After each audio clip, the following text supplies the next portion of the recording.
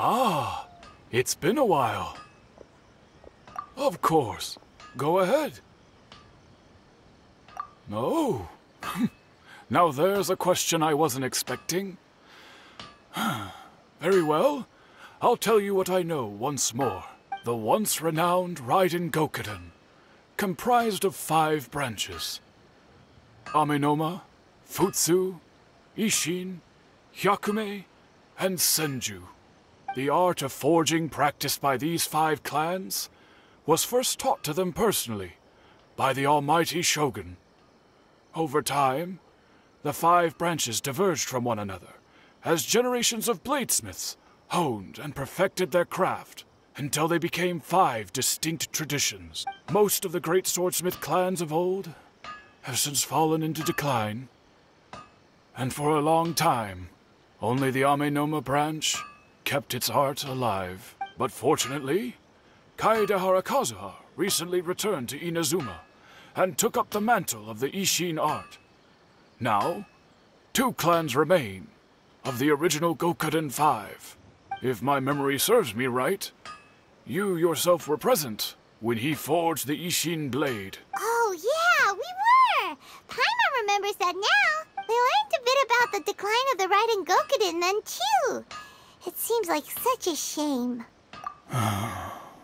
That, my friends, is a tragic tale indeed. In fact, this was not made known to me for most of my life. All these years, I knew of those great clans' demise, but never the cause. Only recently, when the question was on my mind, did I ask Kaedehara Kazuha about this. He told me that, as we are both heirs to a branch of the Raiden Gokuden, it was right that I should know the truth. There is no harm in telling you, but I must warn you.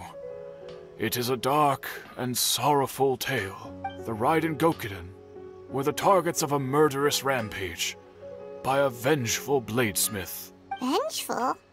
Why?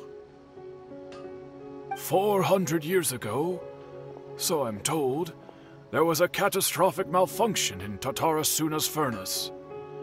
One brave swordsmith heard the commotion and chose not to flee, but he rushed to the scene, hoping to prevent a disaster.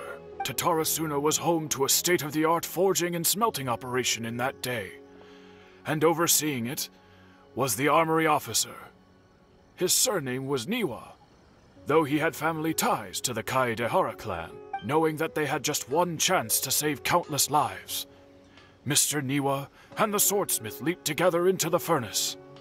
The furnace quickly stabilized, but neither of them made it out. The smith's death, though heroic, dealt a devastating blow to his family's fortunes.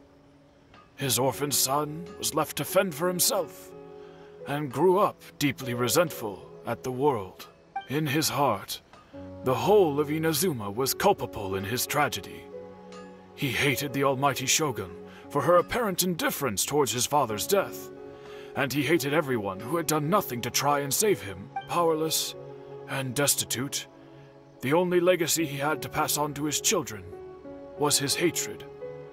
Generation after generation bore this grudge, living in utter misery. Alas, if only the story could have ended there.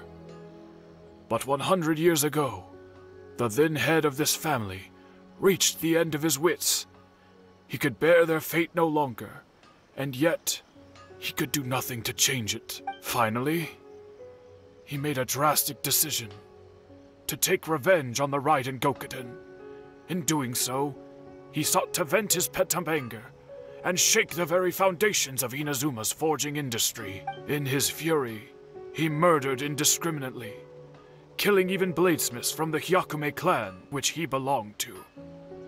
His goal was absolute, the devastation of all of the Raiden Gokuden.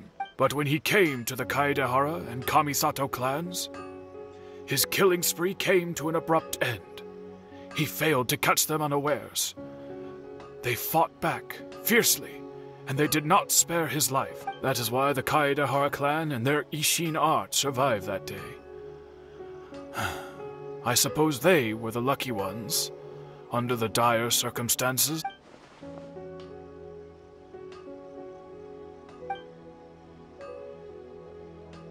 Was there anything else you wanted to ask? Kazuha?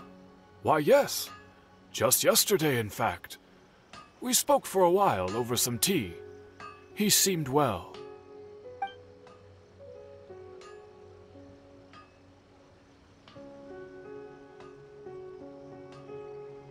My pleasure. Don't tell Paimon. There are other places you want to visit too, right?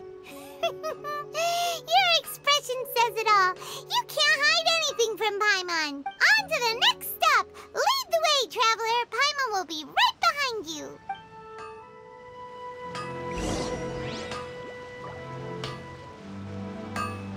Okay. Unrelenting patience.